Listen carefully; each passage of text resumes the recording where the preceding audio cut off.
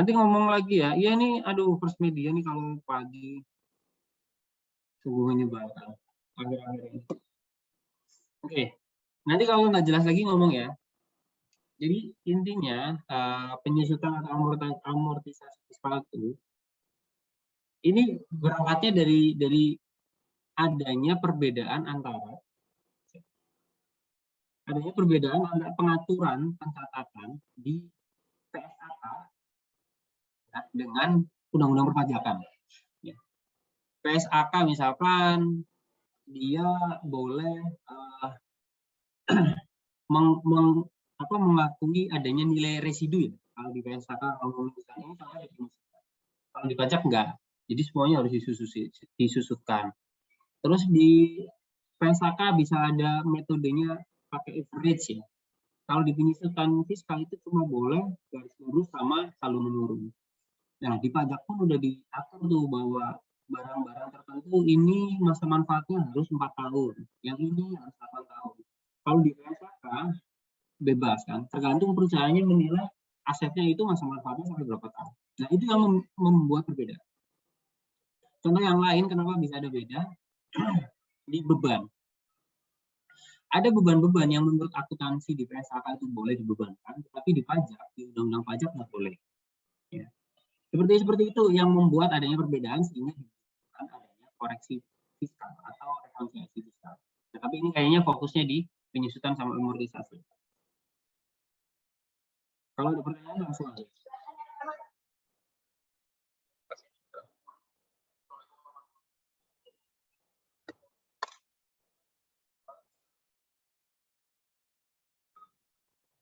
Kecuali tanah yang muskil. Ini coba saya pengen buktikan ya. Saya feeling ini tuh font hurufnya, ada yang tahu nggak ini fontnya font apa? Tipenya. Kalau saya menduga ini TWCen. Coba aja deh. Oh iya bener. TWCen.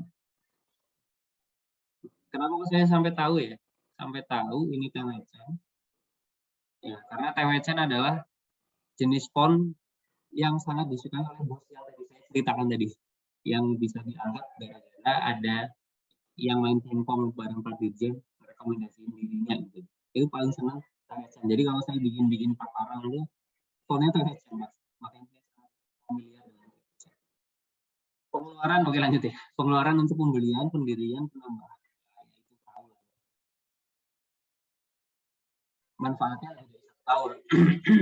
Ada yang bisa cerita kenapa kok butuh penyusutan sih? Apa filosofi di balik penyusutan? Silakan. Karena kalau cuma bicara ini penyusutan begini-begini, aduh ya nggak ramai, kalian bisa baca sendiri. Coba saya pengen ulik dari sisi filosofi. Kenapa sih kok harus ada penyusutan itu? Silakan.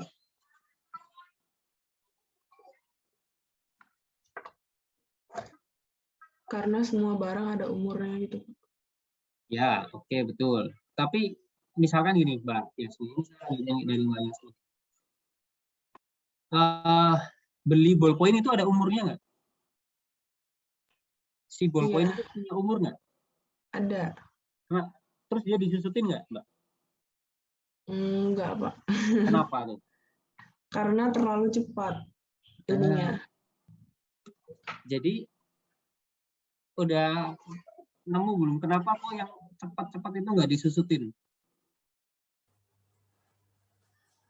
Terlalu banyak nanti Pak yang disusutin soalnya. Oke, tapi satu clue ya, udah satu clue dari Mbak Yasmin, makasih. Ada hubungannya dengan waktu. Oke, yang lain silahkan kalau ada yang tahu nggak? Maksudnya begitu. Kita nggak material Pak. Nggak material Mbak Marcella, karena kecil ya, karena kecil nggak material. Oke, yang lain silahkan. Karena ini Pak, untuk alokasi beban Pak. Coba Mas dielaborasi lagi Mas Rizal. Ini udah semakin menjurus nih. Ya, silakan. Jadi kan kalau misalkan aset itu kan biasanya kan memang apa ya, masa manfaatnya harus lebih dari 1 tahun gitu. Nah, pasti tadi yang sudah dikatakan si Yasmin juga barang itu punya apa namanya, masa manfaat. Nah, masa manfaat ini itu harus dialokasikan per tahun Pak, biar apa ya, nilainya itu benar gitu Pak, sesuai dengan Oke, kenyataannya. oke, udah semakin mendekat. Ada lagi tadi mungkin di sampingnya Rizal itu ada cewek, siapa ya? Ngomong dulu. Pas tabrakan sama Rizal.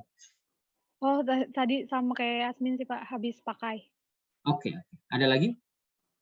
Dikit lagi. Ada satu prinsip di akuntansi yang kalian sebut langsung clear sebenarnya. Kenapa Matching pokoknya? konsep ya Pak. Nah, ini siapa nih yang jawab matching konsep nih? Milen. Milenia, oke. Coba. Udah jelas, Pak. Kalau matching konsep itu intinya apa ya Pak? Seingat saya Pak, segala beban itu harus dibebankan ketika ada pendapatan. Jadi kayak gini Pak, misalnya tahun ini kita kan dapat pendapatan. Nah, segala beban yang kita keluarkan untuk mendapatkan pendapatan itu harus dibebankan di tahun yang sama di mana pendapatan itu didapatkan. Jadi matching gitu Pak antara bebannya sama pendapatannya dibebankan di tahun yang sama. Nah kalau misalnya kayak aset gitu, kita beli mesin untuk 10 tahun. Nah itu kan bisa kita pakai 10 tahun. Artinya kita akan mendapatkan pendapatan dari mesin itu selama 10 tahun. Jadi nggak fair kalau kita bebankannya itu langsung semua di tahun pertama. Tapi kita harus nyocokin sama pendapatan yang dihasilkan sama mesin itu. Terus kalau misalnya yang apa ya Pak, yang pena tadi itu kan biasanya masuknya ke supplies gitu Pak. Nah itu biasa kan habis pakai dalam setahun, jadinya itu dibebankan juga, tapi masuknya ke supplies expense Pak, bukan depresiasi.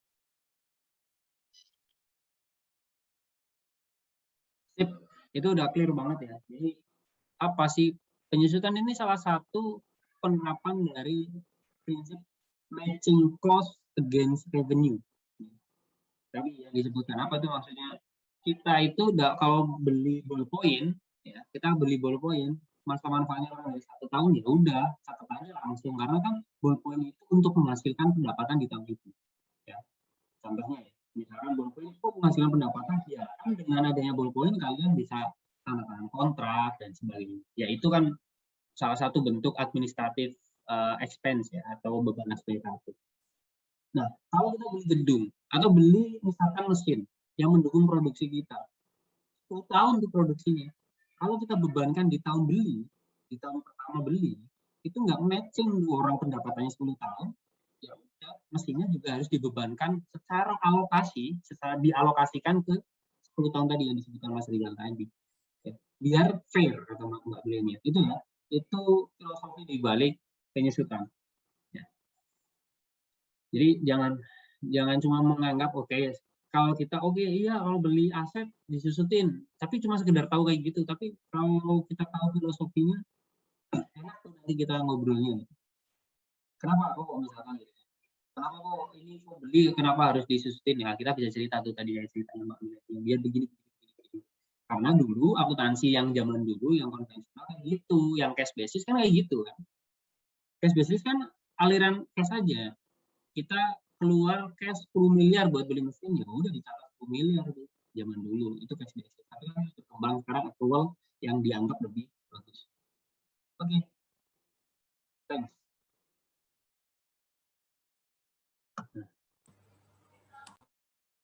Pembebanan penyusutan.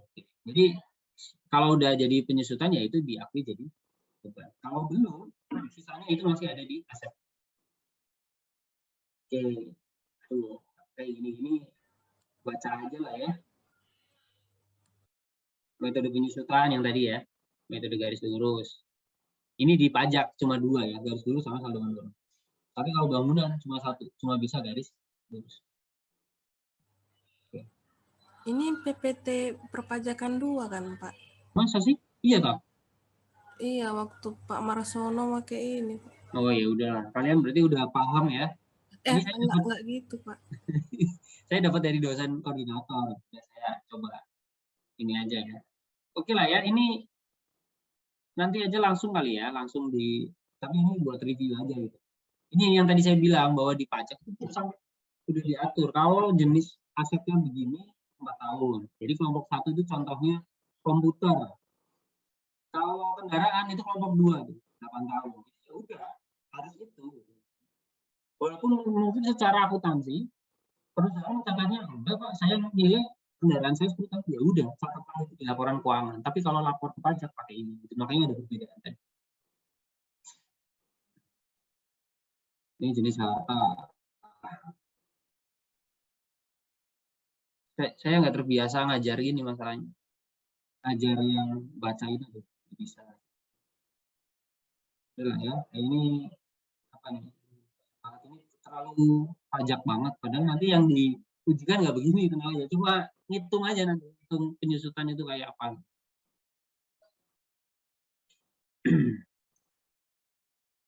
Ya, apa kalau amortisasi itu aset yang tidak berwujud? Sama aja. Oke, nanti saya rasa kalian bisa belajar ini sendiri lah. Kalau enggak ya nanti habis nih waktunya. Ya, kita lanjut ke yang lainnya.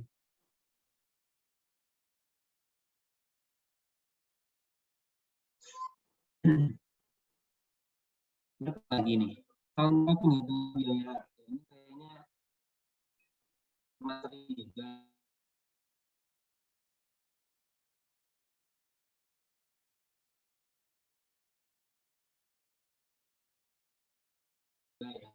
Langsung latarnya, jadi depresiasi.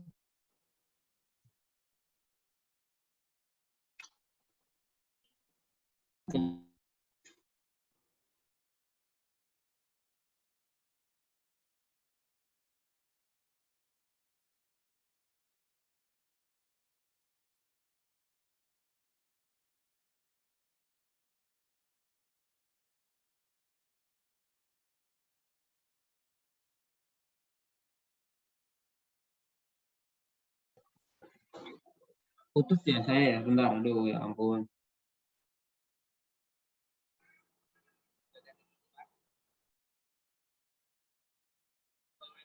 Sebentar nih, sinyalnya ampun banget.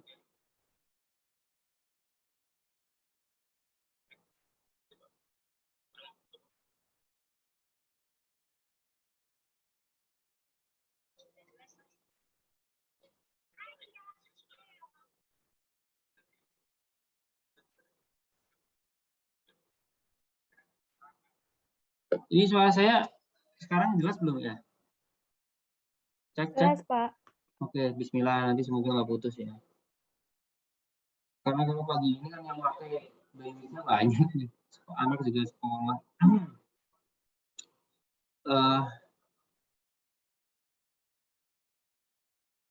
Oke, saya.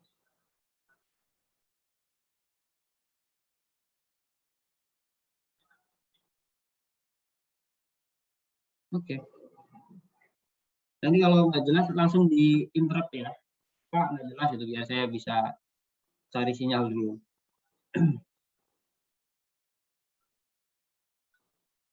Oke. Nah, ini nanti soalnya kurang lebih seperti ini. Ada declining balance, ada double declining balance, ada straight line yang tadi garis lurus, ada juga yang sum of year. Ya, soalnya temukan penghitungan depresiasi yang tidak tepat. Kemudian yang kedua, hitung nilai akumulasi depresiasi pada akhir tahun ke-9 untuk setiap aset, termasuk nilai residunya. Oke. Nah, misalkan ini kan berarti soal depresiasi untuk yang tadi ya, akuntansi. Ini akuntansi aja. Kalau tadi untuk yang pajak ya bisa jadi nanti yang kalian cek adalah temukan selisih gitu, antara metode akuntansi dengan metode pajak. Tapi jangan khawatir, kan nanti nggak usah dihafalin, maksudnya kan nanti soalnya open book, ujiannya open book, jadi udah kalau kalian, dan biasanya di soalnya pun udah disebutkan bahwa aset ini itu masuknya ke kelompok berapa kalau tahun lalu, jadi udah kalian bisa langsung, kelompok 2 berarti saya akan masa manfaatnya 8 tahun misalkan, di akuntansinya 9 tahun, di pajak 8 tahun, itu kan bisa jadi. Ya, ini harga perolehan. Ini masa depresiasinya jumlah bulan tahun ke-1. Jadi maksudnya apa? Dia beli itu di bulan Mei berarti. Ya, Mei, Juni, Juli, Agustus, September, Oktober, November, Desember. Iya, benar. Enggak. Dari bulan Juni berarti, Mei, Juni ya. Juni. Jadi kalau di akuntansi itu kan suatu bulan bisa diakui satu bulan penuh kalau dia dibeli bawah tanggal 15. Ya, kalau di atas tanggal 15 bulan itu tidak dihitung. Tapi kalau di pajak, kalian beli di 30 Juni pun Juninya dihitung. Ya, Juninya udah dihitung. Oke. Nah, faktornya ini ya, faktornya tuh kalau di double declining tuh faktornya dua kali, maksudnya di double 2 kali. Residunya ini, cara ngitungnya gimana? Tuh. Oke. Oh, oke. Kalau yang tahun lalu tuh ada rumusnya loh, Bang. Rumus depresiasi. Oh, di sini. Oke. Ya, ini contohnya nih. Ya. Jadi harusnya saya ngajarnya dari sini dulu. Rumusnya apakah double declining? Udah ada nih rumusnya, DB langsung. Ya. Kalau rumusnya apa? Ikutin aja, saya juga nggak hafal ya. Double declining dia minta apa? Cost itu harga perolehan, masukin nih C3. Terus minta apa lagi nih? Salvage. Salvage itu apa? C7. Oh, sisa residu. Mau bilang sisa sama residu jadinya sisa residu ya. Salvage. Life itu masa ininya manfaatnya 5 tahun, C4. B9 itu periodnya dia periodnya itu dia di tahun itu berapa bulan tadi yang saya sebutkan. Tapi karena ini tahun ke-1-nya 12 ya udah dia langsung bisa B9 ya. C5 monnya tuh C5. Oh, ini monnya periode yang pertama, sorry. Period itu dia depresiasi tahun berapa? Ini tahun berapa? Monnya kalau rumus di Excel ada kurung kotak, berarti dia boleh diisi, boleh enggak. Kalau nggak diisi, berarti default-nya adalah dia 12. Contoh ya, ini 4191. Kalau ini saya hapus. Monnya sama. Karena default-nya itu 12. Kecuali tadi soal di sini, oh ini 7. Nah, itu baru diisi. Ya, karena nggak default. DDB, double declining sama, ikutin aja. Cost-nya ini. Salvage, sisa, sama ya tadi ya. Nah, cuman bedanya apa? Faktornya tinggal dimasukkan dulu. Straight line sebenarnya nggak usah pakai rumus juga bisa kan. Tinggal dibagi aja kan. 11 dikurangi 1 dibagi 5 kan rumus garis lurus kayak gitu. Tapi kalau mau pakai rumus mau ada SLN, perolehan, nilai residu, life. Terakhir sum of year juga sama ada rumusnya, ngikutin aja cost, average, life sama periode.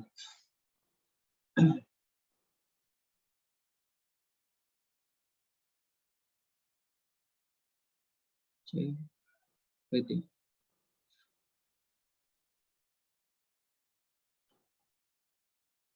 Oke, kita coba cek sekarang ya. Saya ngeceknya di sini misalnya.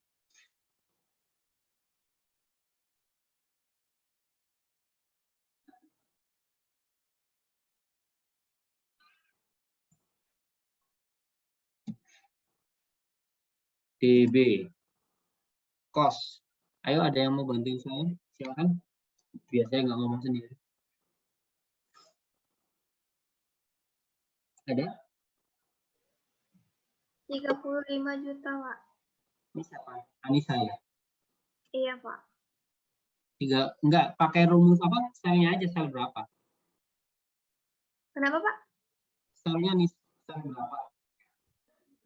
C3. C3, Pak. C3, Pak. Oke, C3 ya.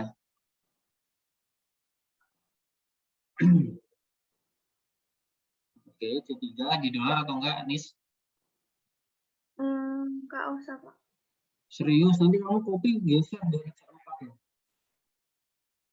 Kan harga perolehannya nggak kemana-mana, kan kamu mau kopi ke bawah nanti. Oh iya, Pak. Salvage. Nilai residunya yang mana? C7. Oke, di dolar enggak? Iya, Pak. Iya, Pak. Oke. Terus life-nya? Live-nya yang 5 tahun ya, Pak? Yang Betul. C4. C4 di dolar enggak? Iya. Mohon maaf Pak, itu ada tulisan tahun apa bisa dihitung sebagai Oke. Pak? Kita coba ya, Mas Rizky ya. Nanti kita enter, mau nggak dia? Oke, baik Pak.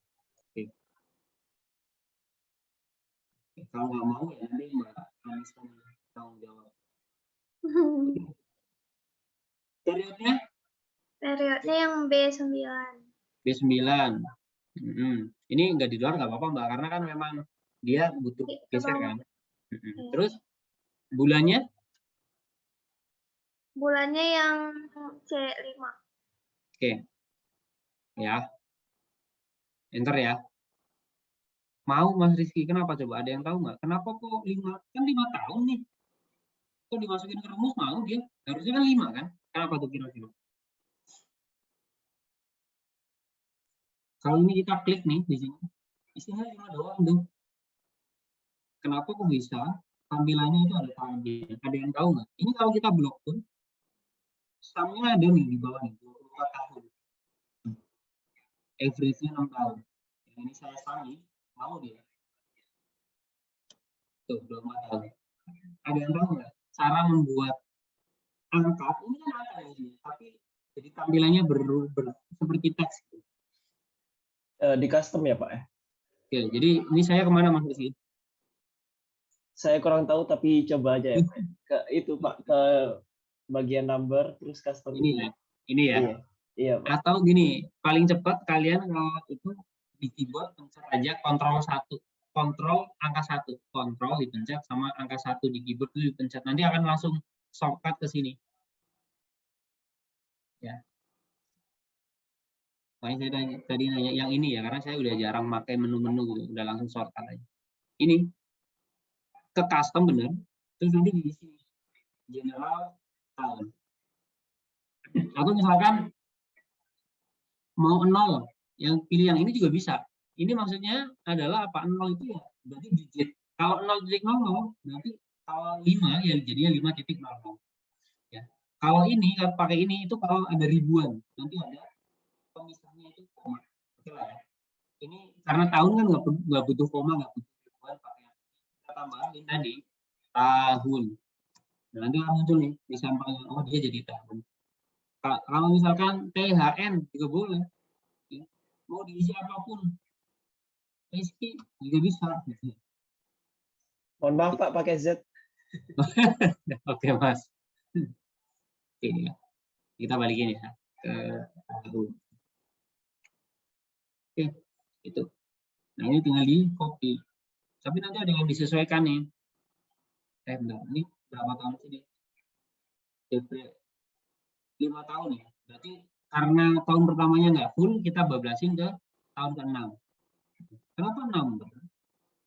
Ini kan C5-nya kita geser tuh. Padahal yang butuh C5 itu cuma di tahun pertama aja. Di tahun kedua kan udah butuh, karena tahun kedua udah pasti 12 bulan dong. Gitu ya. Berarti ini kita hapus.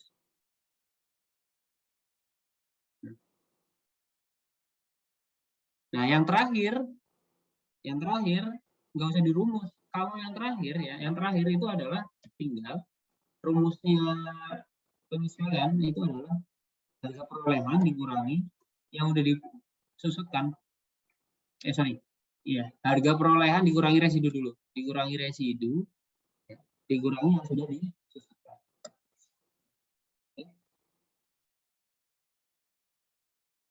Nah, pas ya, 30 juta kan, 30 juta betul, yang disusutkan kan 30 juta, nilai residunya 5 juta.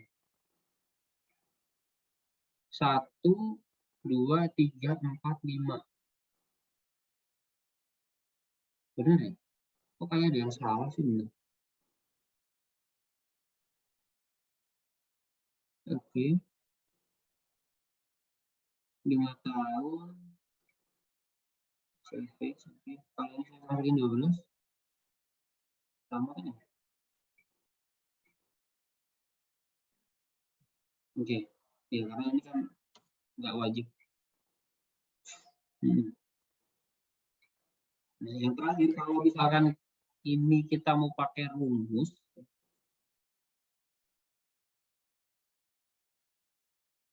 nggak mau ya, 6. Berarti sisinya 5. Malah pas ya. Malah pas, oke. Oke. Ya, kalau yang terakhir ya tinggal nilai perolehan dikurangi nilai residu dan dikurangi lagi yang sudah disusutkan. Gitu ya. Ini kan pas ya 30. Oke. Jadi salah semua nih, beda. Yang benar cuma tahun pertama aja ya. Tapi kalau saya sanksi ini benar ya. Karena yang terakhir ini jadi gede banget. Ya, tapi dari sisa tadi sebenarnya. Ada yang tahu nggak miss-nya di mana?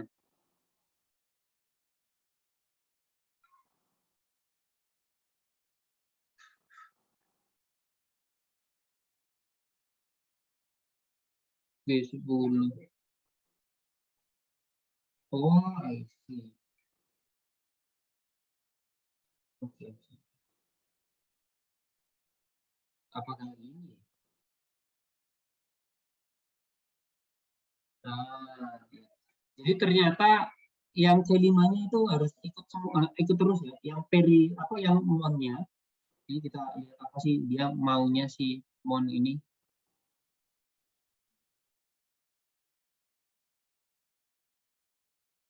Number of the month in the first year ya.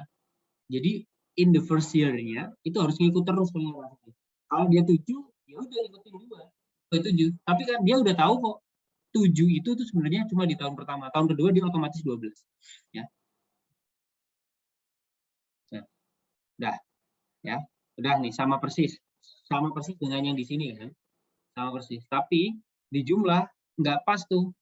Di jumlah nggak pas. Ya. Di jumlah itu nggak pas. Kenapa? Atau kalau misalnya kita mau ya, kita bikin selisihnya juga.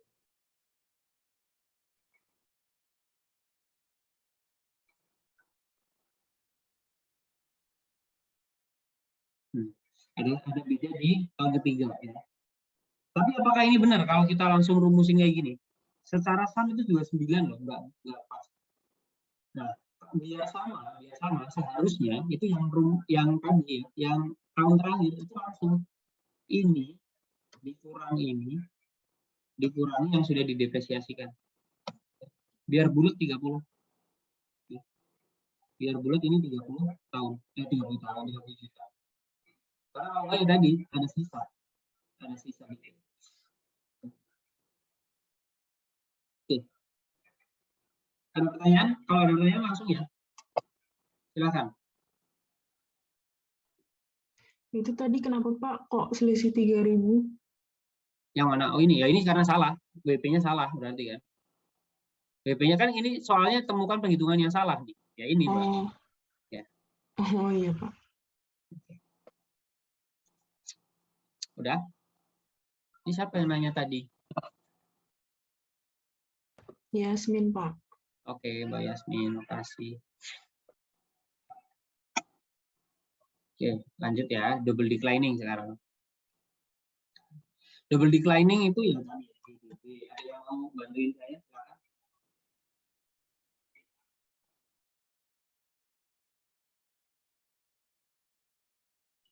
D3, Pak.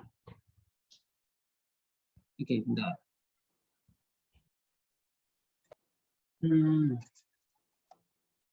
D3.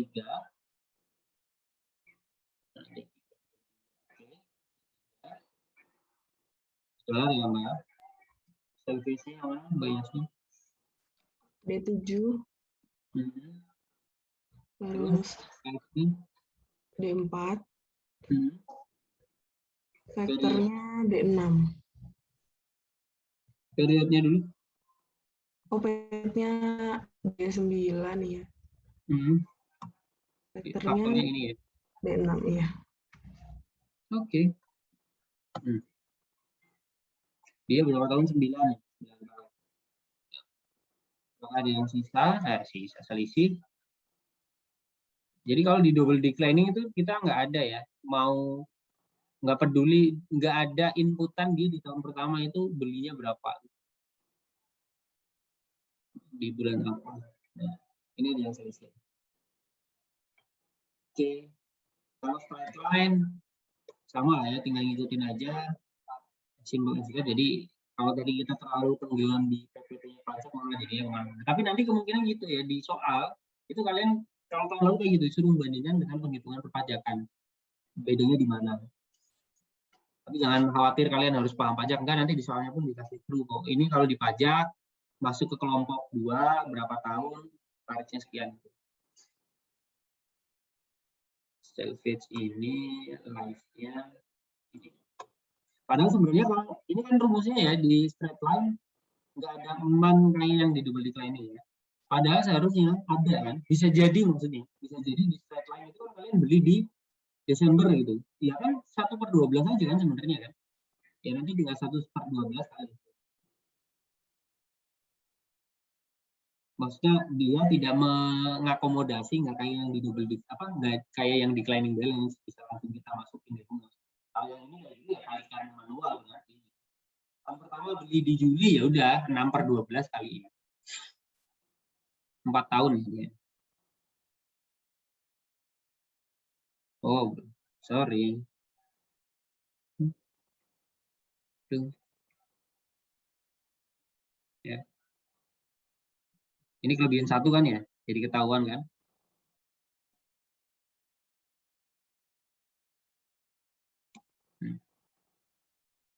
Minusnya, karena dia kelebihan 1 kan harusnya cuma 4 tahun. Sum of your cost-nya ini, sisanya ini, life-nya ini, belum tak dolar.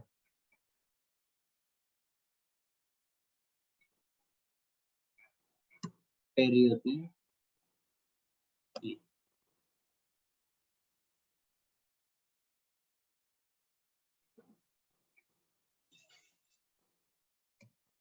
ini lihat selisihnya. Oke, ada lagi selisih. Nah, kenapa ini selisih? Kalau kita kayak tadi ya, kalau ini udah pas nih 15 juta ya. Ya ini berarti memang di sini yang salah sih. Ya, dia cuma 14,99. Oke, saya izin ke belakang bentar ya. Kalian sambil coba meresapi, kalau ada pertanyaan nanti saya izin ya.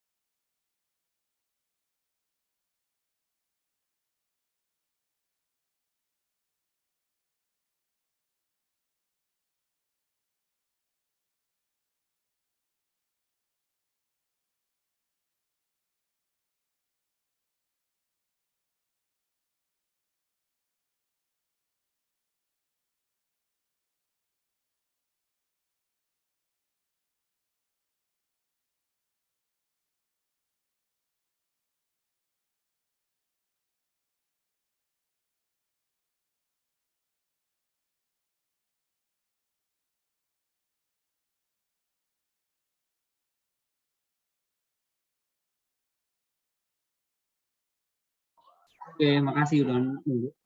Sorry. Ada pertanyaan dulu mungkin dari depresiasi? Pak, izin bertanya, Pak. Ya, monggo siapa nih? Putri, Pak. Monggo Put. Kalau di pajak kan yang berlaku itu cuma 2 ya, Pak. Yang strike line sama double declining. Misalnya kalau di dalam soal ini kan ada menyuruh apa Pak cari sum of year itu kan Pak. Nah, nanti kalau misalnya di ujian disuruh juga membandingkan antara sum of year sama perpajakan, boleh nggak sih Pak dibuat aja biar menghemat waktu, di perpajakan tidak berlaku, jadi nggak usah dicari gitu Pak? Atau kita buat asumsi dia menggunakan strike line atau gimana Pak? Iya, langsung selisih semua gitu aja. Kan Ya kan? nggak boleh Pak di perpajakan sum of the year, cuma 2. Nah iya makanya soalnya kan ini sum of year ini akuntansi kan ya. Iya. Terus nanti ada di pajak juga ada sum of year gitu. Di pajak kan cuma 2 Pak. Di pajak kalau nggak salah cuma 2 nggak sih Pak? Strike line sama Betul, iya. double declining. Tadi yang ditanyakan kamu berarti di pajaknya itu soalnya gimana? Berarti kan misalnya kan soalnya kayak Bapak bilang nanti mana tahu di soal itu kan disuruh mencari pajak sama akuntansi kan Pak. Ya. Nah, berarti kan nanti kita harus ngisi yang pajaknya juga. Oh bukan, nggak dicari soalnya. Maksudnya nanti di soal udah ada apa di perpajak. Oh iya nih tahun lalu kayak gitu dihitung menurut pajak, ini dihitung menurut akuntansi gitu ya. Ya udah betul kayak tadi. Ya sama year nggak usah dikerjain. Kalau di pajak boleh. Oh berarti boleh kosongkan aja kayak Pak? Iya. Oke Pak, makasih Pak.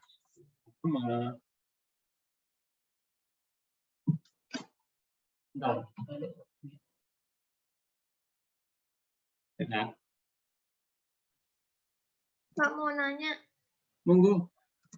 yang double declining balance berarti nggak bisa, kalau misalnya dia kayak double declining tadi kan Pak, dia kan mulainya bulan 7, berarti kalau misalnya di double declining rumusnya kayak nggak ada buat month-nya gitu Pak. Ini siapa yang nanya? Anissa Pak. Oke. Anissa. Oke, benar. Ya Mbak, itu saya berharap tidak ditanya itu, tapi kalau ditanya ya udahlah, jadinya kita simulasikan ya gimana kalau tahun pertama kayak gini gitu ya. Dia beli di tahun pertama nggak genep 12 bulan gitu kan ya Mbak Anissa ya? Iya Pak, berarti manual aja Pak. Iya. Misalkan ya, ini berarti di sini nih. Terus saya insert lah ya. Ini tahun 1 7 bulan gitu ya, sama kayak yang tadi. Ya berarti ini 7 per 12 kan kali ini. Nah ini berarti nggak bisa, dan yang nanti tahun keduanya nggak bisa langsung kayak gini, dia harus pakai rumus manual Mbak. Rumus manualnya double declining ya. Rumus manualnya double declining karena dia nggak mengakomodasi man tadi. Apa sih rumus manualnya double declining? Yang seper tahunnya dikali 2 Pak. Ini kan 3,5 juta ya, coba. Berarti kan 7 per 12 kali ini min sisa dulu kan. Ini kan yang mau di itu kan, terus dikali 2 ya. Kali kalau 9 tahun itu kan berarti dia dibagi 9 kalau double declining karena faktornya 2 dikalikan 2. Iya Pak. Kayak gini ya. Benar nggak sih turunnya ini?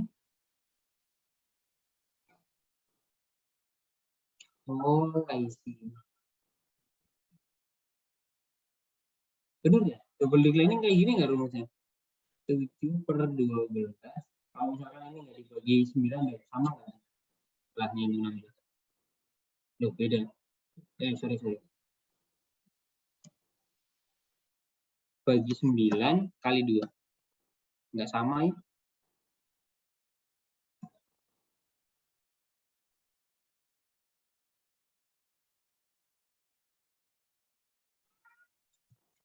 Kalau double declining nggak dibilang di situ Pak. Kenapa? Kalau double declining kayaknya nggak dikurang residu. Oh iya, ini udah sama nih, iya betul. Tanpa dikurang residu ya. Oke, saya juga udah lupa. Begini ya, ini. Nah, kalau dia belinya di tahun pertama cuma 7 bulan, beli di bulan Juni ya berarti ya. Berarti ya dikali 7/12. Kan gitu ya. Nah, yang tahun kedua sampai tahun ke-9, berarti ini tahun ke-10 dong harusnya kan sampai ke-10. Berarti kali 7/12-nya kan dihilangkan.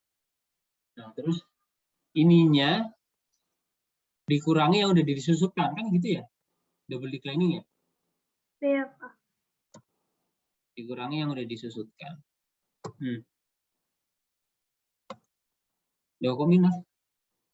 Oh, salah. Kok D4 sih? Ini ya belum di dolar. D3-nya, nilai perolehan yang dikurangi yang udah disusutkan, dibagi 9 masa manfaat, kali 2 karena double.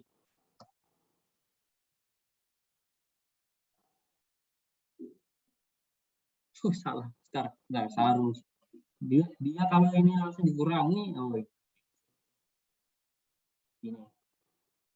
Atau ini yang normalnya dulu ya, yang normal tapi pakai biar nggak bingung nih. DDB yang normal. Kita buktikan sama nggak, tapi pakai rumus manual ya, pakai rumus manual. Berarti kan ini nilai perolehan ke dolar dikurangi yang udah disusutkan. Tapi kalau ini tahun pertama kan nggak ada nih. Ya udah, ini berarti langsung dibagi 9 kali 2, 6 juta nih. Ya. Nah yang ini baru nih, perolehan dikurangi yang udah disusutkan, tetapi biar dia nanti langsung dinamis, kita begini saham ini sampai I9 ya. Nanti saya jelaskan kenapa kayak gini. I9-nya kita yang pertama itu kita dolar dibagi 9 kali 2. Sama persis ya. Nah, ini bisa langsung di-copy. Ya, sama persis dengan rumus manualnya. Kenapa kok ini kayak gini? Karena gini, kalau kita cuma langsung kurangkan I9 doang kayak tadi, ya ini kurangi I9 aja Pak, apa misalkan ya. Ini copy ke bawah. Ini dikuranginya ke I10 doang, padahal kan harusnya di sini. Yang dikurangkan itu I9 dan I10 kan. Yang udah disusulkan itu 2. Makanya saya ubah rumusnya jadi begini. Kalau ini udah begini, ini copy ke bawah. Ya, lihat nih. I9 di sini oke, sum I9 sampai I9 ya I9 kan 6 juta. Copy ke bawah, dia jadinya sum I9 sampai I10. Udah ngesam yang udah disusutkan. Copy ke bawah lagi sampai I11. Copy ke bawah lagi, udah gelinding dia. Pengurangi gitu ya. Ini juga sama. Ya, ini berarti dikurangi sum J9 sampai J9. Biar yang geser itu J9 yang kedua, yang ini kita dolar kan, biar dia nanti geser jadi J9 ke J10, J9 sampai J11, tapi starting point-nya nggak tuh. Oh salah, ini di sini.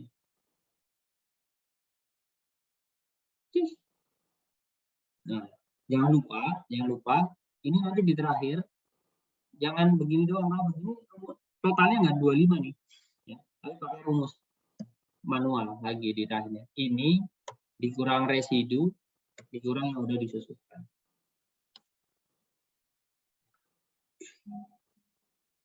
Dua 5 juta ya.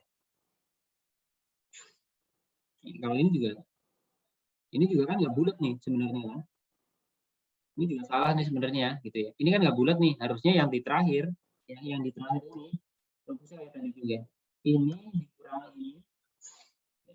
dikurang yang udah disusutkan.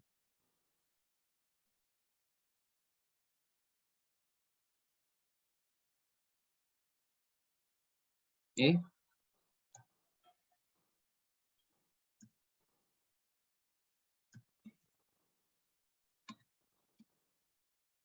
Pas ya, 25. Oke, ada pertanyaan? Itu ya Mbak Anissa, pakai rumus manual, berarti kalau ada soal, saya feelingnya kayak gitu tuh. Biasanya kan gitu ya, ujian itu ya apa yang terlihat mudah pas kuliah, ya pas ujian dibikin ribet kan. Oh ini pas kuliah DDB-nya nggak ada jumlahnya. Nanti di ujian bisa jadi. Tapi ya ini Iya, Pak. clear ya Mbak Anissa, atau masih ada yang mau ditanyakan? Silakan. Udah, Pak. Makasih, Pak. Sama, ada lagi? Pak, untuk memastikan aja Pak, berarti kalau tahun Ini siapa nih? pembeliannya, Rizky? iya Pak. Jadi berarti kalau tahun pembeliannya di tahun awal pembelian tuh nggak full 1 tahun, tinggal dikali bulannya aja ya Pak? Iya. Tapi pakai manual ya. Kecuali DB. Kalau DB itu bisa langsung pakai rumus karena dia ada nih. Langsung. Tapi kalau yang DB SKN manual Mas jadinya. Oke, baik Pak. Terima kasih. Terus tadi ini takutnya di soal nggak disebutkan. Kalau di ini saya juga konfirmasi ke kalian, ke siapa yang paling ahli PSAK siapa di sini, akuntansi keuangan. Milen, Kalau di Pak. akuntansi siapa? Milen Pak. Nah, ya Milen tadi makanya bisa menjelaskan apa akumulasi itu apa penyusutan yang bagus. Mbak Milen bener ya, kalau di PSAK itu kalau kita belinya di bawah tanggal 15, misalkan ini, saya beli tanggal 14 Juni. Juninya itu udah dihitung kan ya? Saya kurang tahu sih Pak kalau di PSAK, tapi saya juga pernah tahu kalau di PSAK itu dia kayak bulanan setengah tahunan juga Pak. Nah, cuma kalau dalam belajar itu biasanya dibikin mudahnya tanggal 15 gitu Pak. Oh, Coba oke. saya Kalau di cek PSAK lagi ya, Pak. gimana? Kalau di PSAK gimana? Saya belum cek pastinya Pak, cuma saya pernah tahu itu kalau kayak di Akpom juga kan Pak itu nggak pakai 15 hari, tapi ada yang pakai semester. Jadi kalau misalnya dibulatkan ke semester terdekat, ada juga yang kalau misalnya bulan pas belinya nggak dihitung gitu. Saya belum cek lagi. Tapi kalau setahu saya yang 15 hari itu karena dalam belajar aja gitu Pak. Oke. Kirain itu di PSAK. Tapi itu zaman saya dulu sih emang sih. Zaman dulu saya belajar akuntansi kayak gitu tanggal 15 ini kalau di bawah dianggap 1 bulan, kalau di atas itu enggak. Ya, kayaknya itu malah justru di zaman buku akuntansi sebelum IFRS. Kalau sekarang kan IFRS ya di luar negeri ya Mbak Milen ya pakainya ya. Betul ya? Iya Pak. Ya, nah, kalau sekarang pakai. Zaman saya sekolah itu belum ada IFRS tuh. Jadi pakai bukunya tuh Warren Buffett ya. Itu bukan sih? Enggak. Nah, pokoknya saya mengikuti buku itu, dosennya pun itu kayak gitu nggak tahu ya. Tapi sekarang kalian ikutin aja. Cuma kalau dipajak kayak gitu, dia mau belinya di tanggal berapapun, bulan itu dihitung.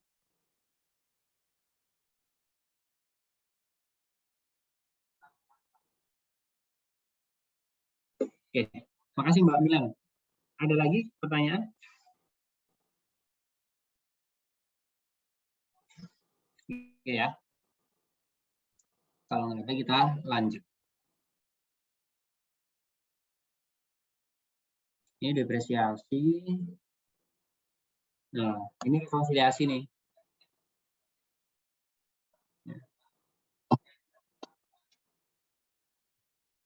Toko ABC Cabang Bintaro setiap hari menyetorkan, rekonsiliasinya ternyata rekonsiliasi kas. Tapi tadi di UAS tahun lalu kayak gitu, ada suruh ngitung penyusutan versi pajak. Oke ya, kalau ini rekonsiliasi kas lah ya. Uji kesesuaian antara pembukuan kas dengan RK Bank ini semester berapa ya kalian dapat rekonsiliasi kas? Tingkat 1, Pak. Semester 1? Tingkat 1, semester 2 kalau nggak salah, Pak. Oke, jadi ini membandingkan ledger buku besar dengan rekening koran, kemudian membandingkan lagi catatan head office-nya dengan ledger di cabangnya. Kas ledgernya ini, gitu ya. RK Banknya ini, cash book-nya ini. Terus, jadi saya harus ngapain nih? Ayo, ada ide nggak? Saya harus ngapain? Paling gampang buka kunci. Ini kan udah ada kuncinya nih. Enggak, nanti aja ya. Saya juga pengen ngecek misalnya masih bisa apa enggak. Ayo, ada ide? Pak, permisi Pak, mau soalnya Pak. Kenapa? Mau soalnya juga Pak. Nih, ini soalnya nih. Iya Pak. Maksudnya minta Excel-nya Pak. Oh, oke. Sorry. Iya benar. Saya share dulu ya. Semoga nggak salah share. Ya saya share, nanti kuncinya lagi. Bentar. Iya, betul, betul, betul. Harusnya tadi tuh dari penyusutan kalian juga minta, saya lupa. Kirain ini udah saya share di LMS karena kan saya baru nemu ya kan, saya nggak kasih tugas. Udah ya, di grup ya. Kalian silakan dibuka. Tadi Putri ya, kayaknya mau jawab gimana, Bu?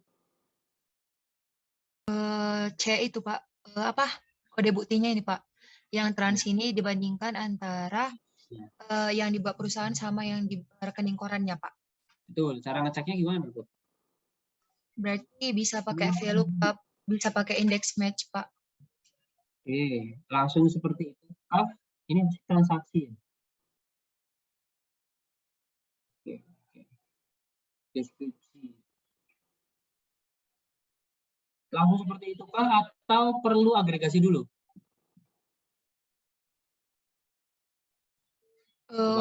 Langsung aja kayaknya Pak. Coba dulu, Mbak. Kontif.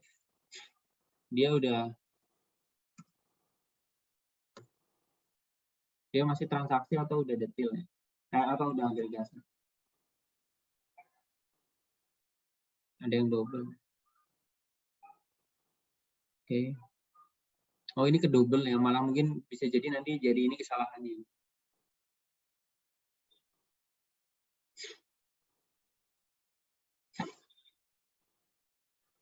Oke.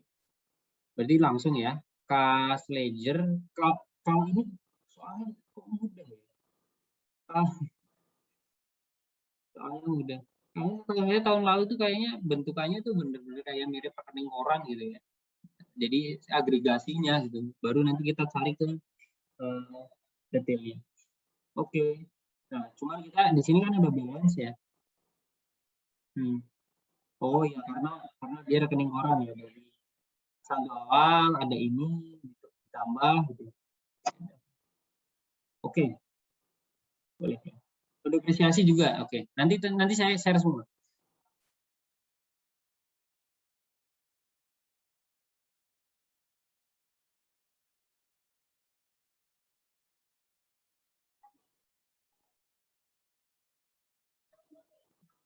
Oke, ini kan nambah-nambah. Kalau ada di debit ya dikurangi kan gitu ya. Ini maksudnya balance itu seperti itu. Oke, nah bedanya apa? Kalau di catatan ledger, cash itu kan masuk ke debit ya. Kayak ini nih. 77864. Tuh, nggak sama ini. Nah, kalau di rekening koran justru kas masuk itu maksudnya di kredit.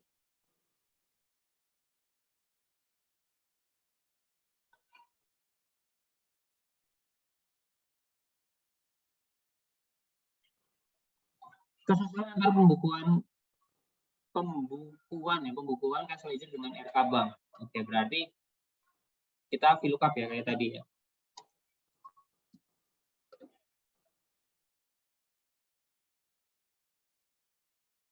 Bentar.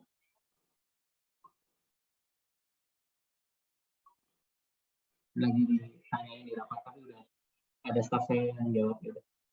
Oke, aman saya.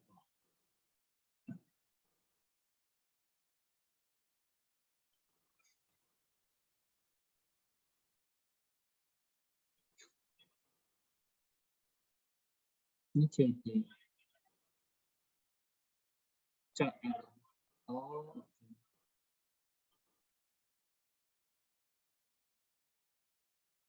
Ini CJ semua ya. Bedanya apa ya CJ sama CR ya?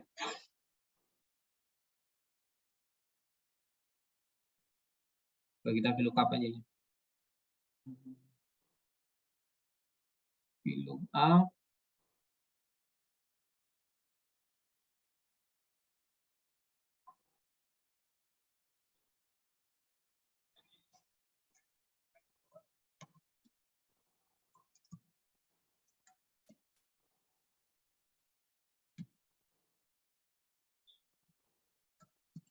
VLOOKUP. Oh ya kayak tadi ya. Kalau dia debit berarti di rekening koran kita nyarinya di kredit. 4 ini. NA.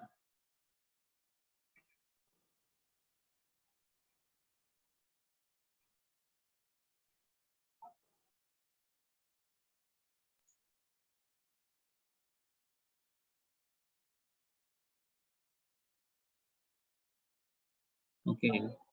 Oh, oh, oh, oh.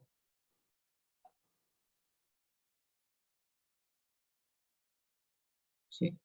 Oh, malah justru tetap sama ya. Cash ledger. Oke, oke, oke.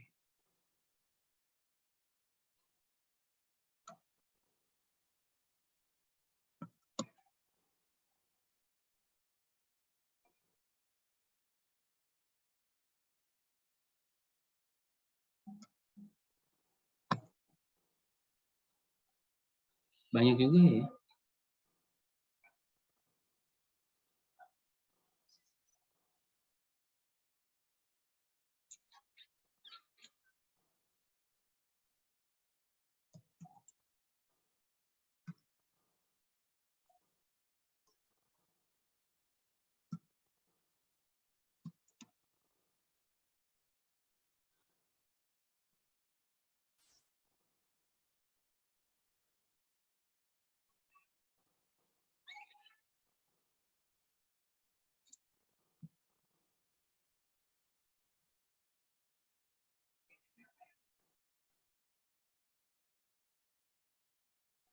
Saya masih ini nih, belum dapat arahnya nih. Yang lain mungkin udah ada yang ketemu clue-nya. Kayaknya banyak banget. Pak, izin Pak. Ya, silakan. Soal nomor 1 kan pembukuan cash ledger dengan RK Mandiri, Pak. Hmm. Yang di-store ke RK Mandiri itu kodenya yang CD doang, Pak. Jadi saya tadi sum if di RK Mandirinya, terus yang CR tuh kayak nggak dicek gitu, Pak. Yang saya cuma ngecek Oke. CD doang, Pak. Berarti kan ini saya filter CD nih ya? Saya sum if aja, Pak, di RK Mandiri, Pak. Kenapa? Saya sum if di RK Mandiri, Pak. Oh, di sini? Iya, saya sum if CD-nya, nanti ada balance yang nggak sama gitu, Pak. Ada debit kredit yang nggak sama, walaupun Kayak gini cuma ya? 1. Iya, Pak. Oke. Coba ya. Kita balik dari rekening korannya. Karena kalau dari sini banyak banget yang NA nih, Mas. Ini kan udah tak filter CD juga nih. Saya look up-in ke sana, NA-nya banyak banget. Iya, Tapi Pak, soalnya kode CR tuh di RK nggak ada sama sekali, Pak. bukan, Di ini RK kan udah saya filter CD nih, Mas. Oh, iya benar, Pak.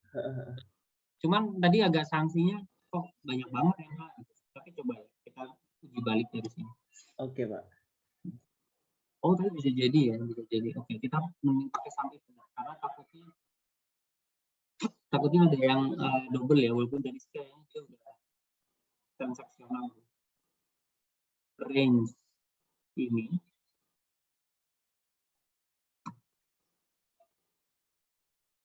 oke dari bawah.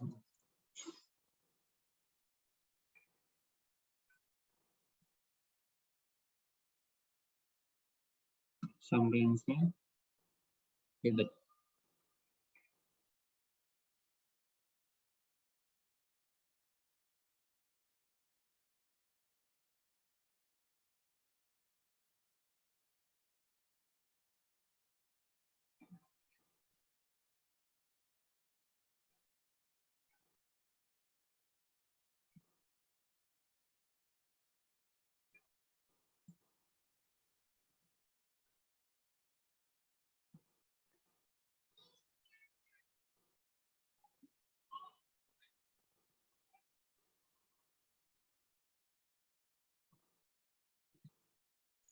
Oh, yang NA itu ditransfer ke head office, Pak, bukan ke RK, Pak. Oh, I see. Jadi dia udah gabungan ya di cash ledger. Iya betul. Jadi cash ledger ini udah gabungan, makanya kita malah justru ngeceknya dari masing-masing ini. Makanya di sini tanpa ada NA. Oke. Ya, Pak. Ya, jadi kalau kita ngeceknya cash ledger ya jadinya ada yang enak karena yang enak itu ada yang beberapa di sini. Tapi kalau kita ceknya justru dari rekening koran dan cashbook-nya aman. Oh, ya. Atau kita selesaiin ini dulu deh.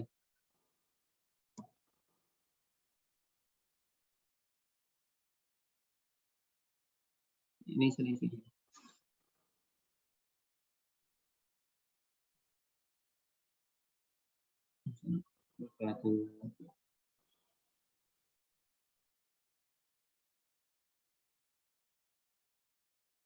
Selisih yang di sini ya.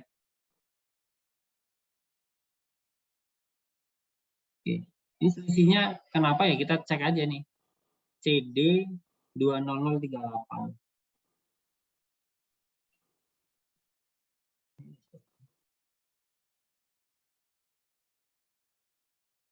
CD 20038.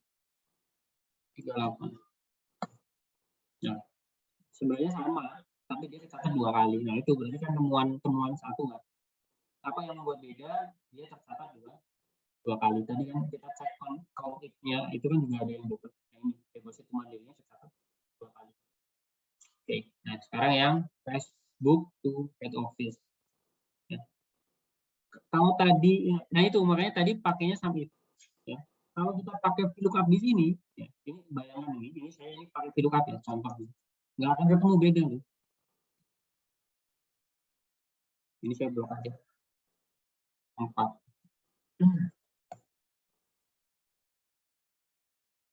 Ya, aman nih. Kenapa? Karena VLOOKUP itu akan cuma membaca yang baris pertama. Ya. Kan tadi ada 2 nih. Yang kebaca ya yang ini doang. Makanya aman, seolah-olah aman. Enggak. Tapi kalau kita pakai sum if, lebih detect ya. Karena kan dia akan kesam kan ke agregasi dan sum. Oke, yang ini kita sama ya. Pakai sum if juga. Sum if range-nya di cash ledger. Sorry. Cash ledger-nya kita lepas dulu. Sum if dari cash ledger. Terus kriterianya ini. Sum range-nya ini ya. Yang di dolar itu row-nya aja. Biar saya copy ke kanan, dia langsung geser ke kredit.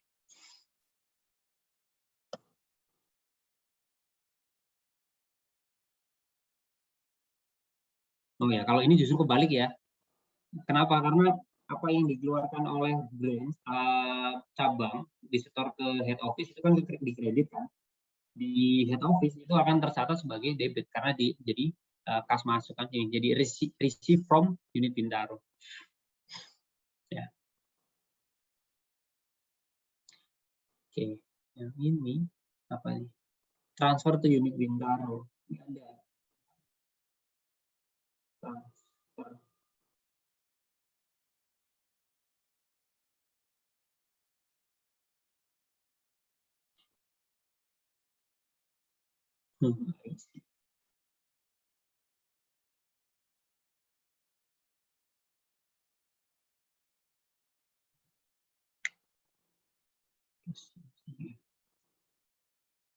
Jadi ini kita balik ya. Ini dibalik.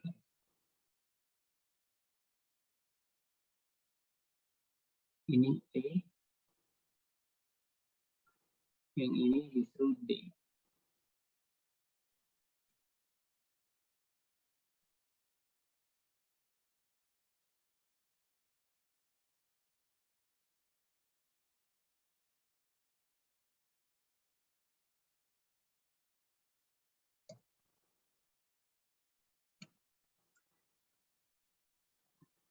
Wih, banyak banget.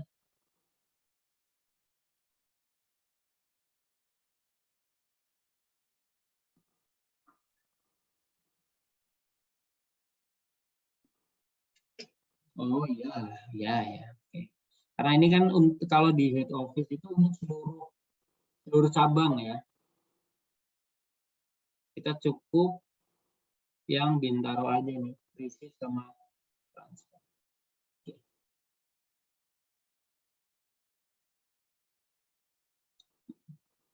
Oke. Yang transfer juga kayaknya nggak ada ya.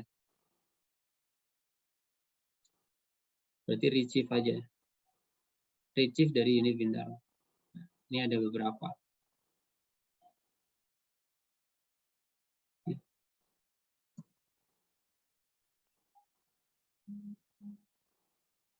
Receive from unit Bintaro. Nah, ini yang berbeda. Yang ini yang double tadi kan. 238 ini kayaknya salah ketik jadi minus malah.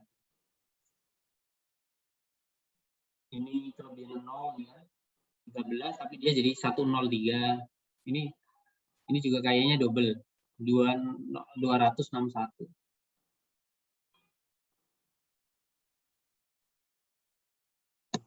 Ya, betul, double ya. Kecatat 2 kali. Ini juga kayak kemungkinan kecatat 2 kali. Atau gini aja, kita buat ngecek ada yang berapa yang 2 kali kita pakai CONF.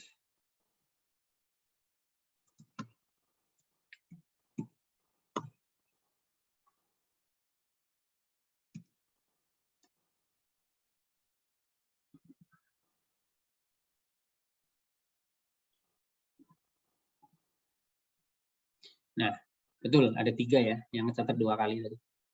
Double. Ini dan ini.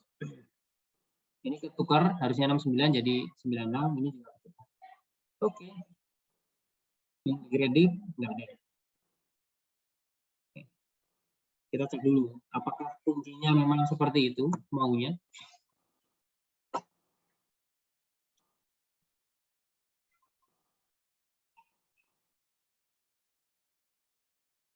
Nanti jawabannya juga NA.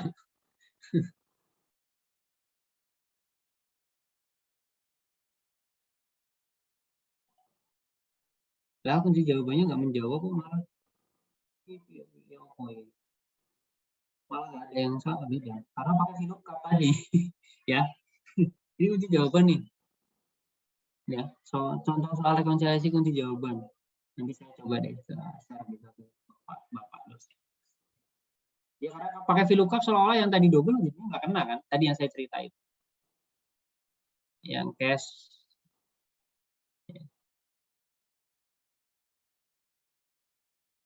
Pakai VLOOKUP juga. Oke. Oke. Yang NA misalnya karena kan nggak ada. Sama yang double juga jadinya nggak terlihat. Oke, ada pertanyaan? Udah betul ya berarti ya? Pakai tadi Mas Rizky bilang pakai sum if lebih presisi. Oke, ada pertanyaan?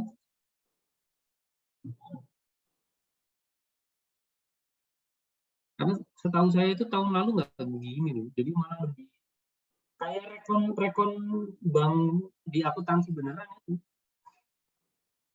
Jadi ada rekening keuangan, ya, terus ada ledger, tapi saldo gitu ya, saldo, kemudian dicari tuh mana yang saya isi. Ya udah, kita berharap aja kan kemarin bilangnya nggak soal uasnya nggak akan terlalu susah gitu ya, tidak seperti tahun lalu. Harapannya kalau cuma seperti ini kan gampang ya, cuma sum if aja, cuman ya kalian harus filter tadi gitu ya, nggak semuanya kan terkait gitu ya, yang terkait aja receive from Bintaro, karena apa di cash ledger-nya ini pun dia tidak ada mencatat, sebenarnya kan di sini ada nih transfer to unit Bintaro kan, tapi di cash ledger-nya juga dia nggak ada yang mencatat itu gitu. Receive from head office gitu ya, nih head office-nya nggak, cuma adanya transfer to head office. Oke, ada pertanyaan? Itu tambahannya, padahal kemarin rencananya mau ini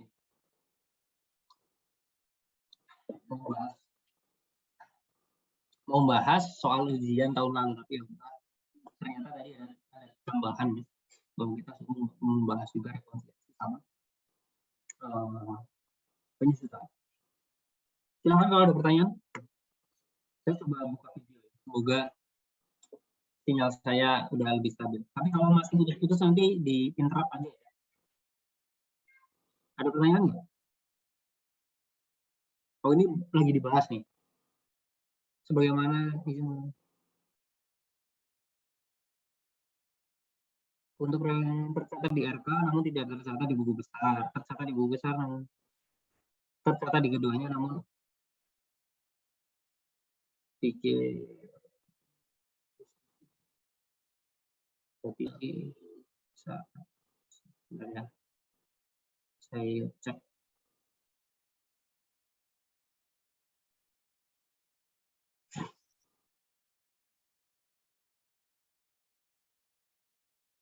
seharusnya selisih karena tercatat.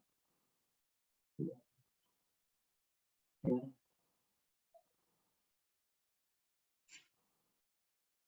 Ada yang seharusnya selisih. Karena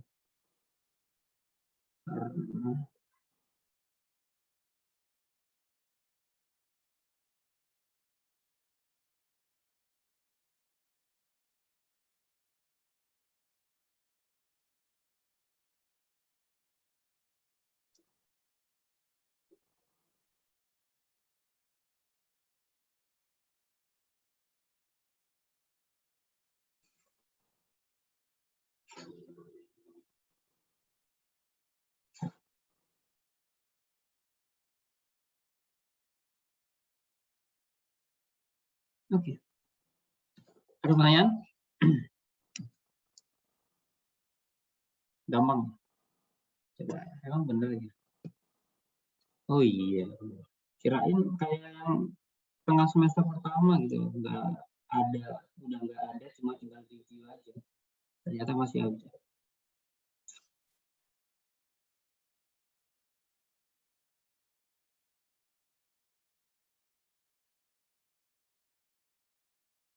ACL, udah lah ya, ACL ini nice to know dan dia tidak keluar di ujian.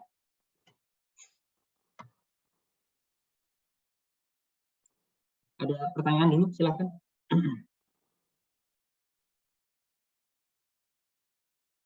Ayo, hanya clear ya.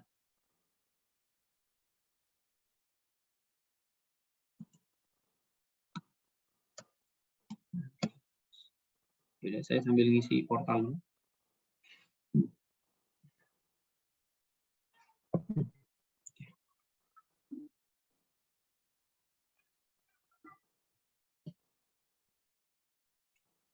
Ujian udah aman. Saya aja belum setor soal deh, ya Allah. Lupa. Iya. Soal ujian itu kita cek. 1 query SQL. 2 data interrogation and sampling. Terus 3 pengujian siklus pendapatan dan pengeluaran. Loh, udah begitu doang, malah nggak ada nih penyusutan sama rekonsiliasi. Ini yang diminta sih, yang diminta oleh Pak Agung. Topiknya cuma 3 tadi. Query, SQL, data interrogation and sampling, pengujian siklus dan pendapatan pengeluaran kemarin. Yang tahu tapi ntar tiba-tiba di ujian ada. Tapi kan gampang lah ya, penyusutan kayak tadi. Rekonsiliasi kas cuma sebatas kayak tadi ya, ngecek mana yang selisih doang. Ada pertanyaan silakan terkait ujian atau apapun, Pak, boleh. Loh, sekarang ini dari request Mas Ryan sekarang. Boleh, Pak. Oke. Mana soalnya? Saya tidak memegang. Atau saya ada ya sebenarnya? Ya. Akan saya share. Tapi saya sambil cari-cari kayaknya ada sih.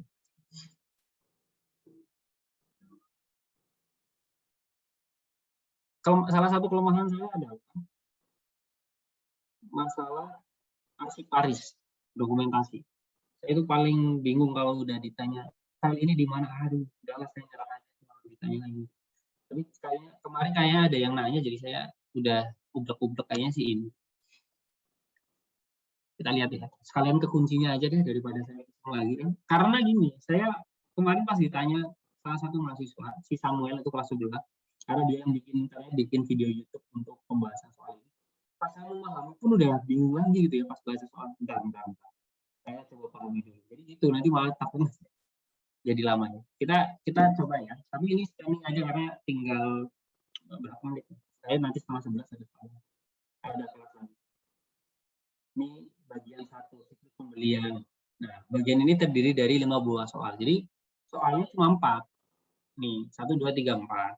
Tapi bagian 1 ada 5 soal. Oke. Ada 5 soal kan. Nah, pertanyaan bagian 1 kan ada tadi 5 soal ya. Bagian 1 itu ada 1 ya. Oh, bagian 1 ini ada 1 ya. Soal 1 itu ada 1.1, 1.2, 1.3. 2 juga kayak gitu. Jadi soalnya punya cucu, bahkan nggak cuma beranak tapi udah punya cucu nih. Bagian 1 ya. Soal satunya 1.1 kan punya cucu berarti kan. Oke. Ini produk agriculture ya. Kemudian ya lah ya gitu, bla bla bla bla bla bla. Ada laporan manajerial, pertanyaan 1. Untuk memudahkan jawab soal, lengkapi kolom dulu. Lengkapi kolom ini pada pesanan pembelian masker. Pesanan pembelian masker. Ini ya. Ini suruh diisi nih. Apa rumusnya? Ya simpel lah ya. Oh ini cuma bulan gitu. Ya udah, betul kayak gini ya bisa. Tanggal yang kayak supplier ini pakai VLOOKUP. Oke Pak, bagaimana pada supplier?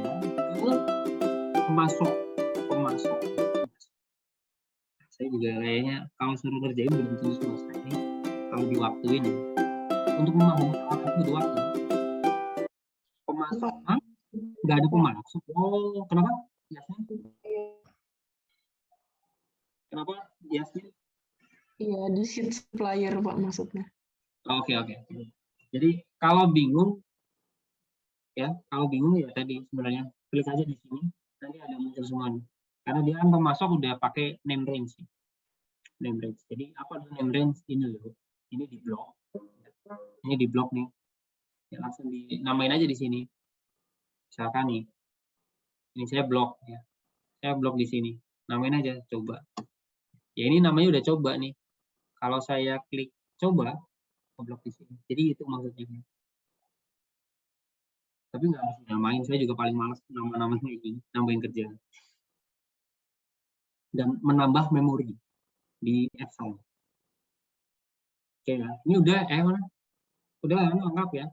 Ini kenapa harus kayak gini saya juga nggak tahu. Nanti mungkin baru akan terjawab pada saat ada pertanyaan selanjutnya kenapa harus seperti ini gitu ya. Kenapa kok harus dibikin seperti ini? Kenapa nggak cukup sama dengan mon dari B2 misalkan? Ya apa? Tapi karena ini di soal sudah meminta itu, ini formatnya MMM. Jadi ini cara merubahnya pakai ini. Teks gitu ya. Ini MMM. Ini kalau kita ubah jadi DD MMM, ya berubah dia. Jadi tanggal dan bulannya diambil. Apa maksudnya MMM? Kalau M-nya 2, dia jadinya nomor.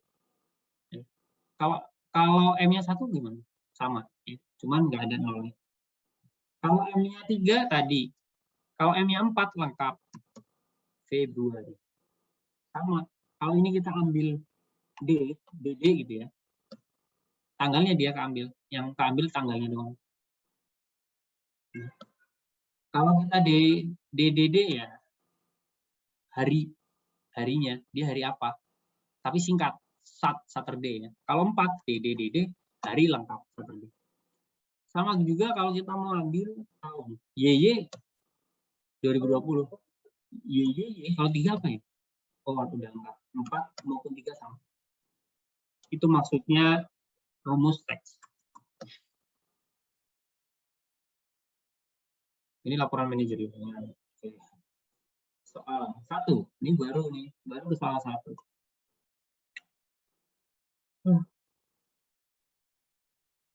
Ini udah ada nih jawabannya. Cuman kemarin pesanan dari dosen koordinator jangan di-share kunci jawabannya ke mahasiswa. Saya cuma menunjukkan aja di share screen aja. Nggak, tapi jangan minta saya kirim ini, nggak boleh. Nggak tahu alasannya. Jawabannya ya, duplikasi kan, ini kan lebih dari ini. Berarti kita tinggal ini kan hyperlink nih. Ya. Duplikasi ya udah pakai count if bisa atau kalau ini pakai conditional formatting. Ya. Tapi kalau pakai conditional formatting nggak bisa menjawab pertanyaan tadi. Ya, nggak bisa menjawab pertanyaan tadi. 160 tertulis banyak berapa kali? Ya, nggak kejawab. Jadi mendingan pakai count if. Ya. Ini kan juga ada nih count if ini. Terus di filter yang lebih dari 1. Dah. Ya. bebas ya, mahasiswa bisa pakai apapun. Nah, untuk tahu dia ini berapa, ini berapa, pakai VLOOKUP aja nih sebenarnya nih. Ya. Atau yang tadi, ya, kan udah nih ketemu nih, oh ini, tapi kan ini masih duplikat. Kenapa duplikat ya? Karena kan memang duplikat. Kalau di sini 2 udah pasti PP 160 muncul 2 kali. Bisa juga kalian gini, ini copy di sheet baru misalkan, kan udah ketemu kayak gitu tuh, copy value di sheet baru, terus ke data, remove duplicate. Oke, udah langsung. Oke, kalau ada pertanyaan langsung ya. Karena ini akan scanning aja nih saya, karena kan banyak banget. Tapi kalau ada pertanyaan di kata aja, Pak, benar ini apa maksudnya? Uji validitas, uji completeness. Laporan pesanan pembelian terdapat pesanan pembelian yang tidak tertata. Coba deh. Kalian pahami kalimat kayak gini aja pasti butuh waktu minimal 1 menit ya kalau saya. Apa seperti dalam laporan ikhtisar pesanan pembelian, ini aja saya baca ulang aja harus memahami lagi. Dalam laporan ikhtisar pesanan pembelian, oke, terdapat nomor pesanan pembelian yang tidak tercantum, yang seharusnya tercantum. Oke. Ikhtisar pesanan pembelian mana nih? Ini ya. Ikhtisar pesanan pembelian yang mana sih? Yang laporan manajerial kayaknya Pak. Oh gitu. Yang satu ya. Oh, yang mana? Yang ini bener Mbak. Tuh. Ini saya lihat. Ini dia melihat di sini. Bener, pesanan pembelian master Mbak. Ya. Jadi yang ini kan sama nih dengan ini. Tuh. Ya. Dicari yang nggak tercatat. Gimana caranya? Ini pakai rumus count if juga gitu ya. Apa yang di count if? Dari 11E bisa ya. Atau dari 11E itu apa sih? Oh, 11 itu tadi ikhtisar perusahaan pembelian. Itu yang dimaksud Mbak Anissa. Sama. Ini sebenarnya soal ya, tapi langsung dibuat buat jawab. Di soalnya itu aslinya sebenarnya ada ini ya. Laporan ikhtisar pembelian tapi di jawaban langsung dibuat untuk jawab soal. Oke. Ya betul ya. Kalau completeness itu berarti dari yang completeness itu kan berarti arahnya dari yang rinci ke yang summary. Kita ngecek yang rinci ya ini ke yang summary-nya di ikhtisarnya. Makanya ini di count if nih. Count if apa? Dari yang ikhtisar. Ya. Apakah PP 101 itu ada di sana gitu? Di ikhtisar ini. PP 101 itu apakah ada di sini? Karena yang kita uji completeness-nya adalah ikhtisarnya. Ikhtisarnya. Kalau kita ngujinya dari ikhtisar ke pesanan pembelian master, bisa jadi nggak ada ketemu tuh. Karena apa ya? Ini bayangannya adalah pesanan pembelian master itu yang benar ada 100 misalnya. Di ikhtisar cuma 98. Kalau kita ngeceknya dari ikhtisar 98 cek ke produk master ada semua atau 98, makanya harus dibalik dari yang lengkapnya ke ikhtisarnya. Dari yang 100 kita cek ke ikhtisar, ada nggak yang nggak akan dicek gitu. Makanya tadi rumusnya adalah count if ikhtisar ada nggak 101 gitu ya. Nanti kita tinggal cari ya. Oke. Gitu maksudnya. Oke. Lanjut ya, uji akurasi relasi data.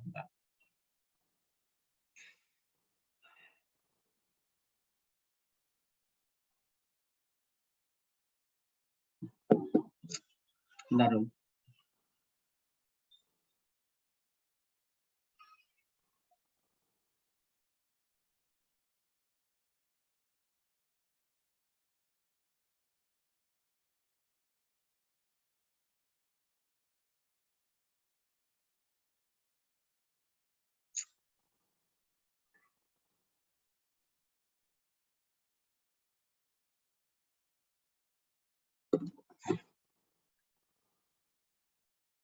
Oke, apa ini uji akurasi relasi data? Dalam laporan ikhtisar pesanan pembelian terdapat tanggal pesanan pembelian yang tidak sesuai dengan data sumber pada pesanan pembelian master. Dalam ikhtisar pesanan pembelian, oke, terdapat tanggal pesanan pembelian tidak sesuai dengan data sumber pada pesanan pembelian master. Oke. Berarti ini tinggal dari itu di lookup ya. Tanggalnya kan ini. Tanggal pesan yang versi ini kita lookup ke PP master ya. Apa itu PP master? Ini pesanan pembelian master maksudnya. Luar biasa. Oke, ingat ya. Terus tinggal kita cek gitu ya. Sama atau enggak udah. Gitu. Itu akurasi. Oke. Oke, saya paham. Kalau enggak selesai. Ini aja bahas bakal lama nih, bakal.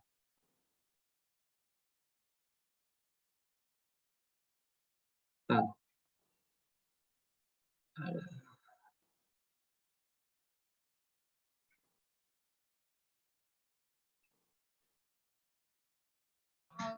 Sebenarnya yang laporan itu pun nggak langsung di give gitu kayaknya datanya, Pak. Yang mana?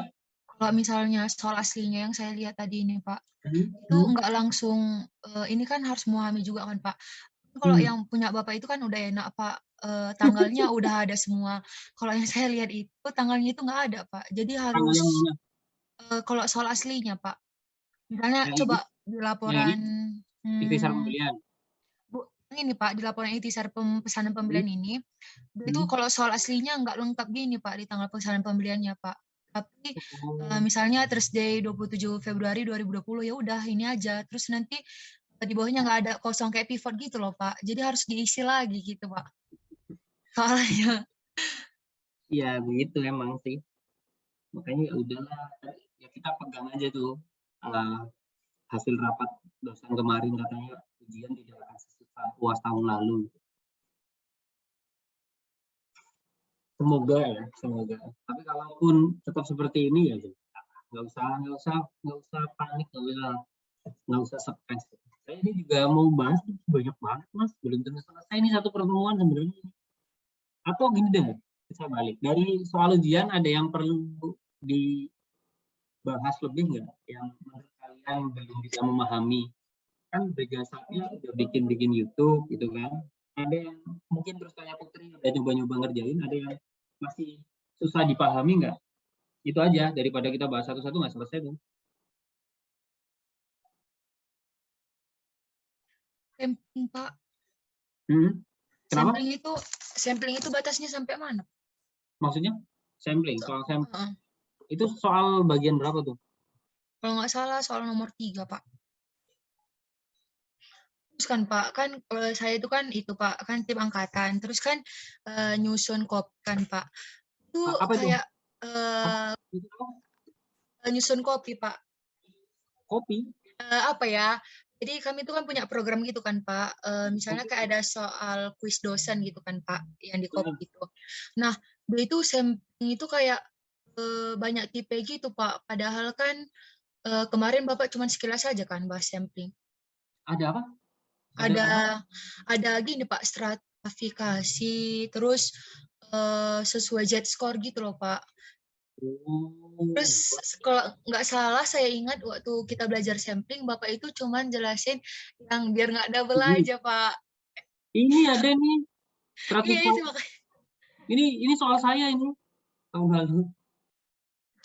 Tapi belum Bapak ajarin Pak. Kemarin soalnya iya loh, yang Bapak ajarin itu cuman misalnya kan dari nomor bukti itu. Seingat saya Pak, saya lihat juga itu rekodnya cuman itu aja Pak. Baru Bapak suruh kami kuis gitu Pak. Nanti dikumpul ya itu. Dan cari gimana biar enggak double gitu Pak. Terus waktu lihat ada ini enggak udah bingung Pak. Bingung ya? Bingungnya gimana? Ini udah bisa sih Pak. Udah cuman bukan Pak. Ini kan ada kan angkatan udah menyediakan Pak. Oh oke. Apa maksudnya, sih jawabannya aja udah lupa nih. Oh ini serius nih. Iya nih, ini saya yang bikin nih. Dan bikin banyak laptop KO nih. Karena kan pakai array nih. Apa itu array ini loh? Ada kurung awalnya. Itu array. Nah, array itu berat banget kalau di running di pivot. Ini maksudnya apa? Bisa aja nih ya. Ini saya kalau sekarang sudah baca rumus saya sendiri ini udah lupa nih. Maksudnya apa? Saya bikin itu. Tapi intinya stratified itu gini loh. Ya. Kalau kan ada 3 bulan nih, April, Mei, Juni. Jumlah transaksi April itu sekian, Mei sekian, Juni sekian. Ya udah, berarti kalau samplingnya 100, kalau random sampling kan mau Aprilnya keambil 70, Mei-nya 20, Juninya 10 nggak masalah kok. Tapi kalau stratified random sampling harus ngikutin porsi ini, porsi dari populasinya. Contoh misalkan gini, kelas 613 sama 614 sama 613 mahasiswanya 20. Contoh. 614 30. Stratified random sampling itu berarti kita akan mengambil kelas 613 itu ini kan secara proporsional ya. Secara proporsional berarti 613 akan kita ambil misalkan saya mau ngambil sampel 5 dari 2 kelas tadi. Ya. 613 mahasiswanya 20. 614 mahasiswanya 30. Maka saya harus ngambil sampelnya dari 613 itu 2, 614 3. Jadi udah dikunci dulu jumlahnya. Baru 2 sama 3 itu saya sampling tuh dari 20 mahasiswa di 613 saya ambil 2. Dari 30 mahasiswa dari 614 saya ambil 3. Sehingga ketemu 5. Tetapi harus ngikutin proporsi. Nah, jawabannya itu ini sebenarnya kayak gitu. Kalau kita lihat April 33 nih. 33 ya, karena 34-nya kosong. Mei-nya 34, ininya 33. Rumusnya ini apa maksudnya? Ya apa sih pasti? If konta ini lebih dari VLOOKUP, maka ini tuh biar nggak duplikasi. Ini kemarin kalian biar nggak duplikasi pakai rumus begini juga nggak sih? Enggak, Pak. Pakai rumus apa? Saya malah belum, sorry ya, saya pengakuan bahasa ini belum ngecek loh tugas-tugas kalian. Lagi sibuk banget. Kalian pakai rumus apa? Coba Putri bisa share nggak? Coba ya, Pak. Tapi saya juga masih aneh, saya rasa, Pak. Apa coba? Kayak apa sih yang kalian dapat dari googling itu? Tapi gini nanti ya, maksudnya kalau di soal ujian itu ternyata nggak ada ketentuan, nggak boleh duplikasi, gitu. Udah kalian pakai random sampling aja. Pakai random sampling aja. Nah misalkan kayak tadi, oh dari Mei harus 33, ya udah kalian pecah-pecah aja. Ini Mei, ini Juni, ini apa? Nah, ini April, ini Mei, ini Juni. Random dapat 33 dari Mei, kalau Mei aja. Itu aja, random. Ada yang duplikasi, biarin aja. Selama di soal ujian tidak ada mewajibkan, nggak boleh duplikasi. Kalian abaikan itu. Duplikat nggak apa-apa. Ya, pakai random sampling yang biasa kemarin itu, pakai data analisis juga kan bisa langsung random. Tapi kalau disebutkan nggak boleh duplikasi lah baru. Saya makanya pengen tahu cara tidak menghilangkan duplikasi di random sampling kalian gimana? Karena yang tadi ya, saya ajarin tuh di tahun lalu, tapi kayaknya terlalu berat, makanya yang tahun sekarang udahlah nggak salah. Dan pada saat saya challenge kalian udah bisa jawab, ya udah saya kira kita udah clear. Tapi saya pengen tahu mana caranya biar dia nggak duplikasi, mana memastikan nggak duplikasi. Nah gimana?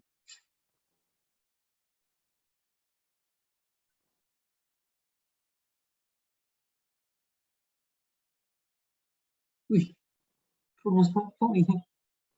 Index, unique, range array. Ini kalau kamu Excel-nya 2019 ya? 365 ya, Put? Di mute, Put. Maaf, Pak. Ini disponsori sama Yasmin, Pak. 365? Iya, Pak. Nah, kasihan nih yang nggak 365 nggak bisa. Nggak ada unik tuh. Tapi nggak apa-apa, saya pengen tahu. Saya belum tahu, Mas. Oke. Lanjut, Put. Terus, ini saya ingat-ingat ya, Pak. Soalnya saya cepat kali lupa rumus-rumusnya, Pak. Makanya saya takut kali sebenarnya, Pak. Diapalin makanya, tapi dipahami. Baru. Saya juga udah lupa kan dengan rumus saya sendiri. Iya, Pak. Bapak aja lupa, Pak. Saya juga berarti, Pak. Baru ininya 1. Kan kita mau ngambilnya 1. Baru nilai minimumnya itu 1. nilai maksimumnya itu ini 2637 sesuai sama jumlah transaksi Bapak, baru integernya ini yang true. Bentar, Pak. Terus sequence-nya 33. Gitu, Pak. Jadi itu udah coba cek count if, bener nggak akan ada link. Iyalah, karena dia pakai unique ya.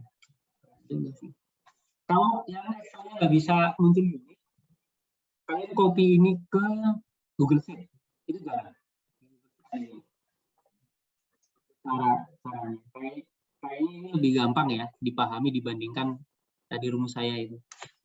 Tapi kalau rumus saya itu bisa di Excel 2013 pun 2007 bisa. Itu kok ada pagernya apa? Nggak tahu, Pak. Wow, ini di 365 ya. Tapi yang kondisi yang normal aja sebut biar yang nggak 365 bisa jalan. Pak, Bapak pikir saya pandai Excel, Pak. Saya juga nggak tahu. Ini saya itu mengikuti, Pak. Bukan, yang di M3 itu loh, count if-mu itu. Kenapa, Pak? Pakai pager. Pakai count if biasa aja. Itu udah benar. Pakai count if biasa. Pak. Hah? Memang gini, Pak. Maksudnya, Pak? Count if ya, coba deh. Count if kamu masukin ke kurungnya. N3 itu yang diminta apa sih sebenarnya?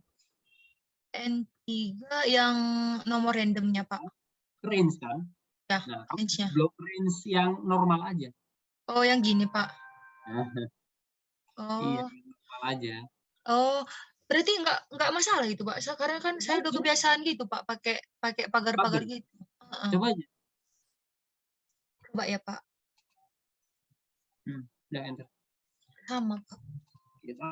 Makanya, cuman kan kalau yang pakai pagar coba ya, saya pakai di Excel saya yang bukan 365. Jalan nggak? Tambahin pagar. Saya baru tahu ini kan itu nggak mau. Nggak ngerti. Kalau yang nggak Excel bukan 365 nggak mau. Oke. Itu udah ada yang duplikasi? Nggak ada. Oke. Tapi kan Pak, nanti beda soal saya udah bingung, Pak. Coba. Saya ke N lagi, saya pengen memahami rumus. Ini tadi, Pak. Ya, coba.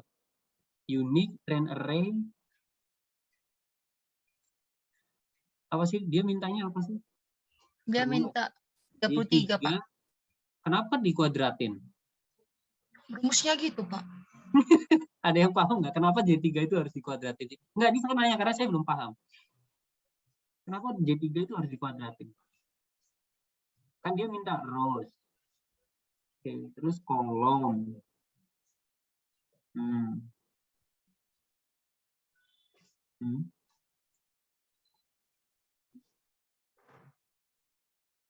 Oke. Terus L3 itu apa sih? Max. L3. Oke. Oh, oke.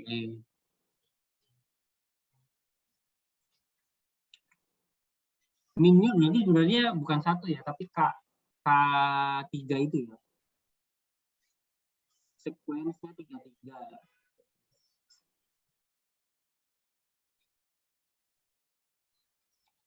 Ya udah nanti saya pahamnya lagi.